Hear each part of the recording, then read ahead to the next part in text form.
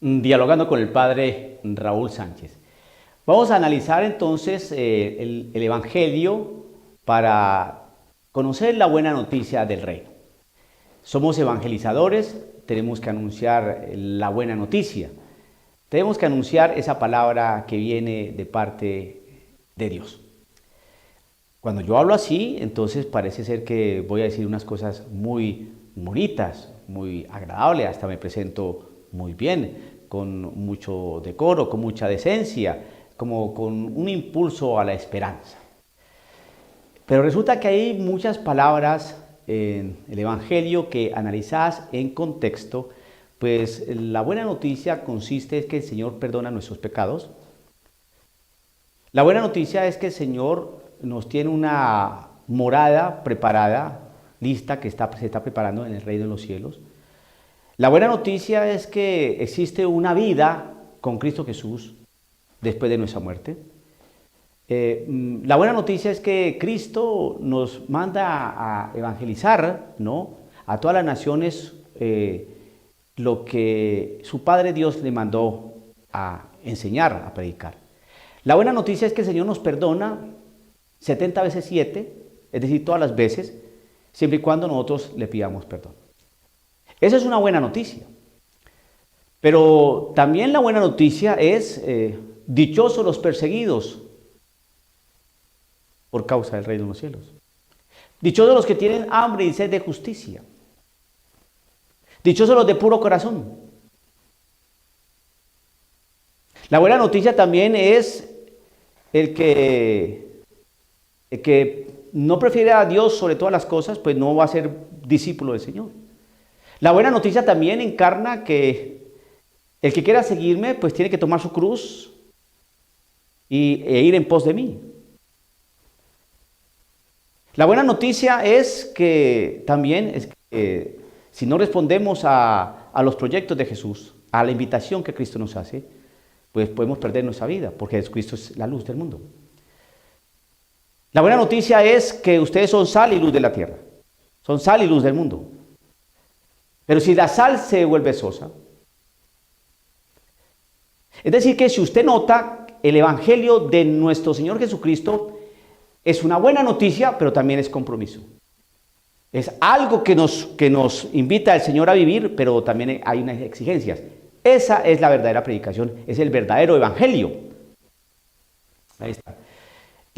Cuando usted entra a los Hechos de los Apóstoles, usted observa cómo Pablo, Bernabé, Pedro, Juan fueron azotados, encarcelados, golpeados, llevados ante las autoridades judías, fueron puestos en entredicho, la gente los insultaba, etcétera, etcétera.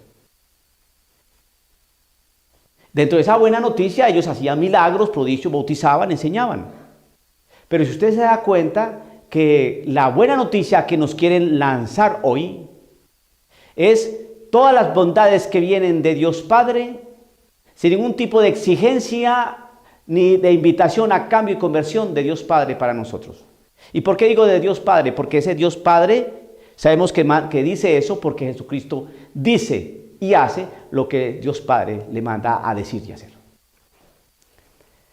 Entonces, dentro de estas realidades que estoy yo explicando, pues incomoda mucho en el día de hoy. ¿Cuánto me gustaría predicar ese evangelio descafeinado que se predica casi en todas las misas?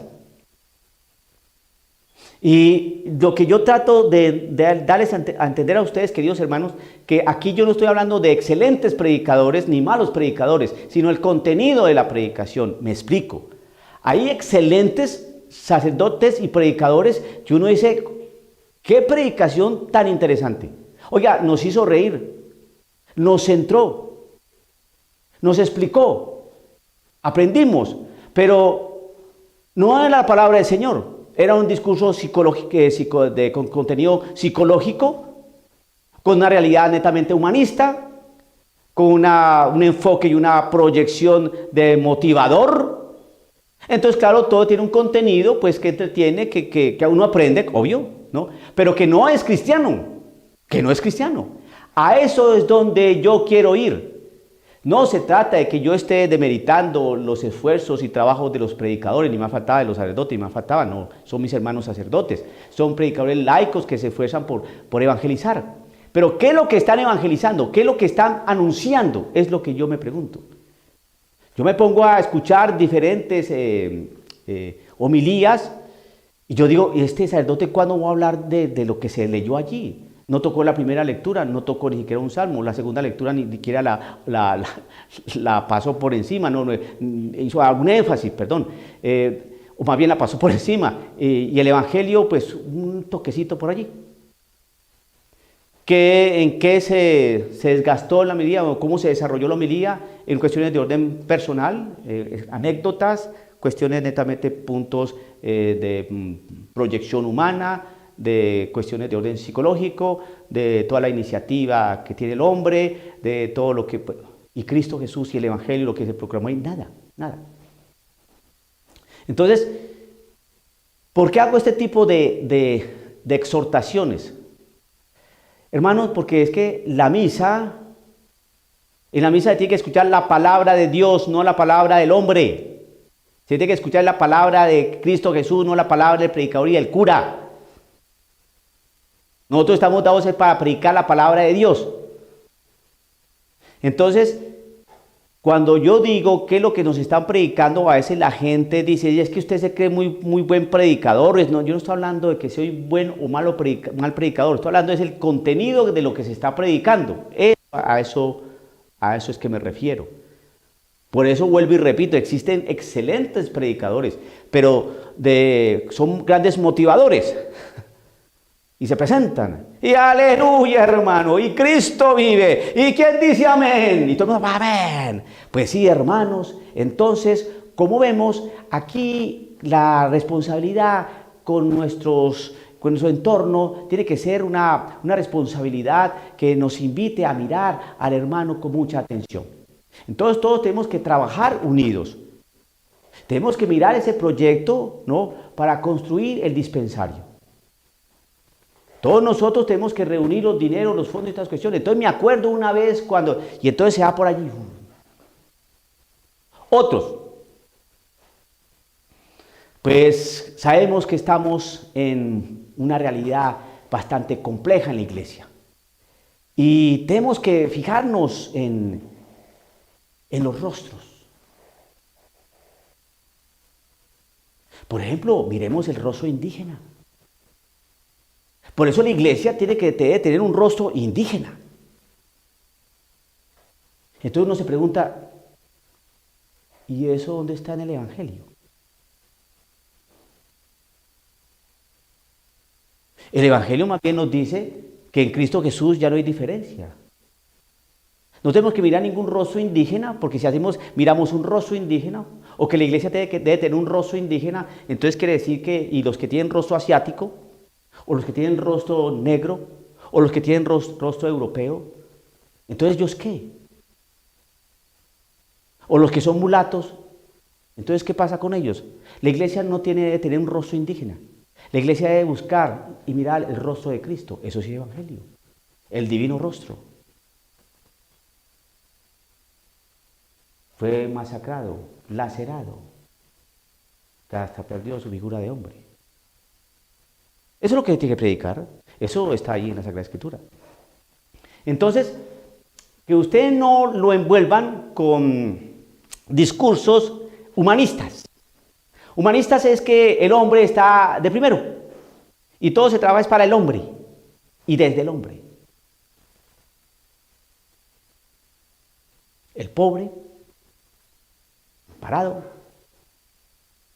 el afligido. Que Jesucristo vino por todos, porque existen poderosos, ricos, acaudalados, que están más podridos de su alma que aquel pobre.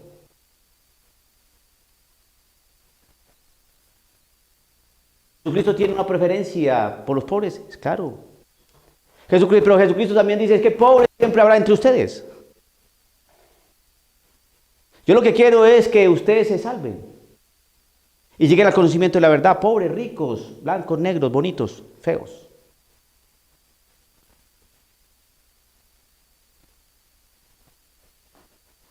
Cuando Jesucristo entró a la casa de Mateo, ¿Mateo cómo era? Mateo era acaudalado, era un hombre rico, era recaudador de impuestos. Por eso esa predicación engañosa de la teología de la liberación, la teología del pueblo, patrañas, envoltura marxista al Evangelio. Jesucristo que viene por los pobres, cuida a los pobres y atento a los pobres. Él se hizo pobre para estar con los pobres.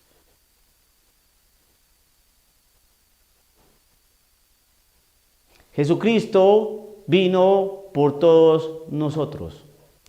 Por el pobre, por el rico, por el millonario. Por el acaudalado, por el miserable. Por todos. No enredemos el Evangelio. No le digamos, no le hagamos decir al Evangelio cosas que no dice. ¿Por qué estoy diciendo todo eso? Eso es marco introductorio a lo siguiente. Usted bien sabe, creo que sí, que en Alemania se está trabajando algo que se llama, en términos muy de ellos, el camino sinodal, es decir, un sínodo. La reunión de los obispos con algunos laicos importantes que tratan de hacer como un análisis, una encuesta de las realidades más urgentes de la iglesia alemana.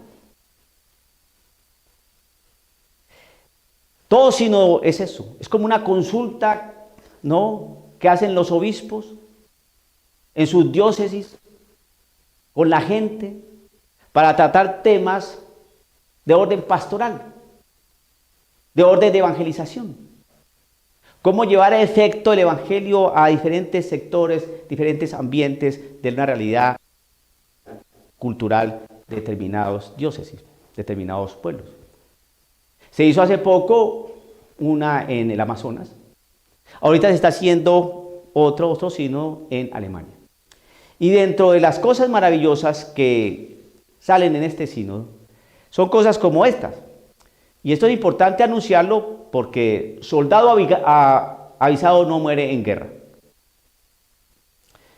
Dice así, la pregunta que debe, entre comillas, ¿no?, la pregunta que debe servir de guía es la siguiente: ¿cómo puede la iglesia anunciar el evangelio de manera creíble en el mundo actual con palabras y obras? ¿Qué significa eso? Que entonces la evangelización tiene un lenguaje, ha tenido un lenguaje enredado que la gente no lo ha entendido. ¿Cómo puede la iglesia anunciar el evangelio de manera creíble? ¿Es que lo ha hecho de manera increíble? En el mundo actual, con palabras y obras. El evangelio es ayer, hoy y siempre. Porque el evangelio es la noticia de Cristo Jesús entre nosotros. Y Jesucristo es ayer, hoy y siempre. Entonces no hay que buscar nuevas palabras, nuevas formas, nuevas palabras dentro del evangelio para anunciarlo. De manera creíble en el mundo actual con palabras y obras, pues las mismas palabras y las mismas obras, porque el Señor nos manda a predicar y nos manda a orar. Las mismas obras de amor, de caridad. No hay que decir nada distinto. Es decir, se debería decidir sobre un cómo de la fe basándose en un canon externo, pero ¿desde cuándo la fe cristiana se predica en condiciones de credibilidad mundana? Ese es el problema. El evangelio nunca se ha predicado con criterios mundanos del mundo. ¿Qué ha pasado con el escándalo de la cruz, con el cual el nihilismo teológico se llena hoy la boca? ¿Era creíble en sí? ¿O en qué sentido y cómo lo han hecho creíble los grandes apóstoles y los apóstoles de la fe desde siempre? ¿Se adaptaron al orden de plausibilidad de los enunciados y de las costumbres del tiempo? El evangelio siempre ha sido el mismo. Las obras siempre han sido las mismas. Pero en el sínodo o en el camino sinodal de Alemania, lo que tratan es de predicar otro evangelio, de obrar de otra manera, de cambiar criterios morales, porque parece ser, según esto, que el evangelio no se ha anunciado de manera creíble. Y entonces hay que buscar una manera creíble, que la gente lo crea. Y entonces, ¿qué significa eso? Pues para hacerlo creíble, ya que ha sido increíble, pues quitemos a Cristo Jesús.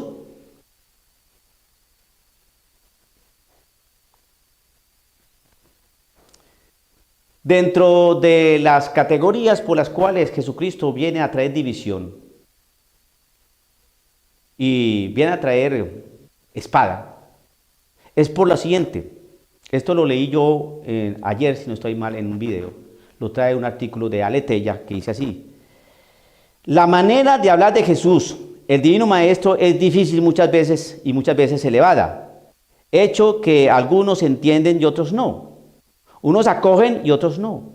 Y claro, que su mensaje tenía que ser difícil, pues él no enseñaba cosas de este mundo, enseñaba cosas sobrenaturales. Se encarnó para revelarnos verdades sublimes que la inteligencia humana por sí sola no lo lograría entender y que el lenguaje humano nunca podrá expresar. Así se lo dice a Jesús a Nicodemo: en verdad te digo, nosotros hablamos de lo que sabemos y damos testimonio de lo que hemos visto. Si al deciros cosas de la tierra no creéis, ¿cómo vas a creer si os digo las cosas del cielo? Es decir, que la predicación tiene que seguirse haciendo como se ha venido haciendo. Pero lo que pasa es que tratan de humanizar todo, de que todo se vuelva como inmanente, y por un tiempo como si nosotros no fuéramos trascendentes y no nos fuéramos a morir. Ese es el problema de hoy en día. Por eso se trata de quitarle lo sublime, lo celestial, lo trascendente, lo glorioso, lo de gracia, lo de la fe, lo espiritual, a Cristo Jesús y a su evangelio, para aterrizar todo aquí. Son planteamientos netamente marxistas, humanistas, no cristianos. Ese es el problema. Por eso la predicación hay que aterrizarla sin quitarle su trascendencia.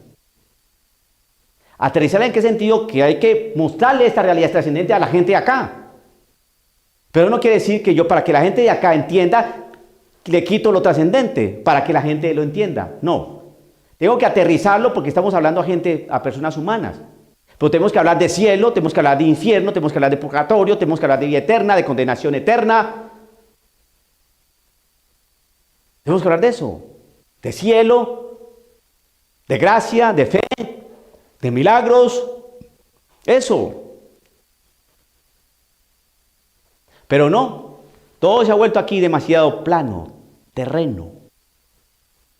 Eso es marxismo, humanismo.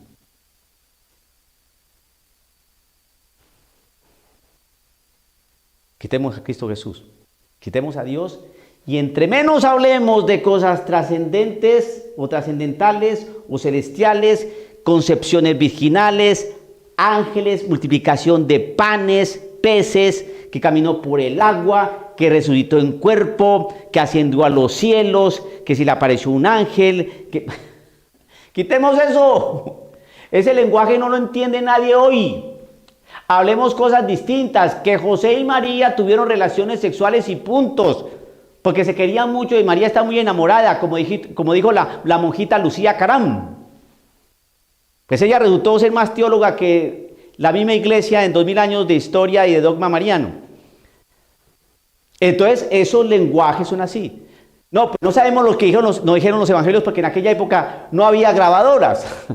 ¿Qué significa eso? Bueno, pues no sabemos si en realidad Jesucristo hizo milagros o si en realidad sí le dijo eso a Nicodemo, o si no sabemos. ¿Qué significa eso? Quite todo eso que suena raro, hermano. Y la gente no se ha dado cuenta. Y va soltando esas frasecitas. El nuevo obispo, arzobispo allá en Bogotá. Pero yo no creo mucho en el demonio. Yo no creo mucho. Entonces, ¿qué cree usted, hermano? Si no cree mucho, cree poquito, aunque sea un poquito, cree de lo que le enseñaron, cree. ¿Y por qué no cree, hermano? Por qué cree poquito? A ver, ¿por qué no cree mucho? Ese no creo en mucho, hermano, es que usted está prácticamente pasando por la galleta, como decimos en Colombia, el catecismo de la Iglesia Católica, porque el demonio es un dogma de fe. ¿Ya sí? Ve, por eso es que a veces esta predicación es, ay, como que agota. El padre Raúl debería hablarnos de otras cosas. ¿Qué les puedo yo decir? ¿De qué les voy a hablar? Tengo que hablarles ahora de lo que nos tenemos que preparar, porque si usted no se ha dado cuenta, hermano, estamos en una lucha, la cosa más pavorosa que usted ni se imagina.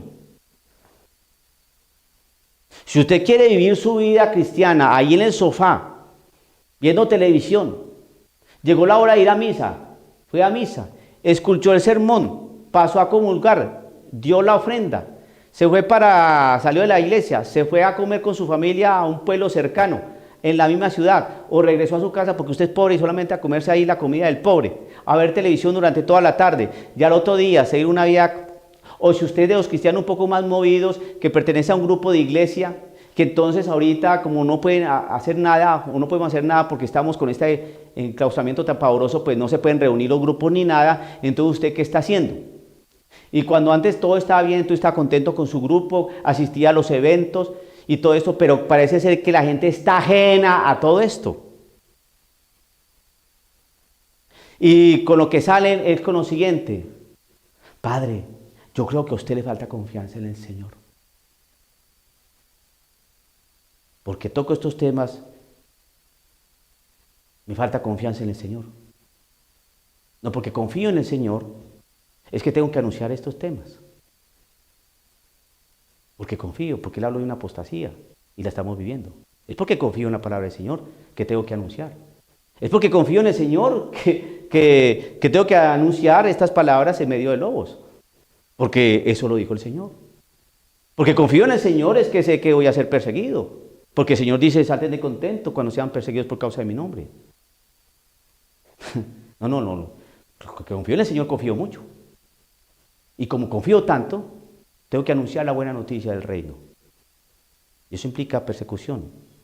Porque lo vimos el domingo pasado, no tengan miedo. Y predicar la verdad hoy en día a veces da miedo. Porque nos pueden silenciar. Nos pueden callar.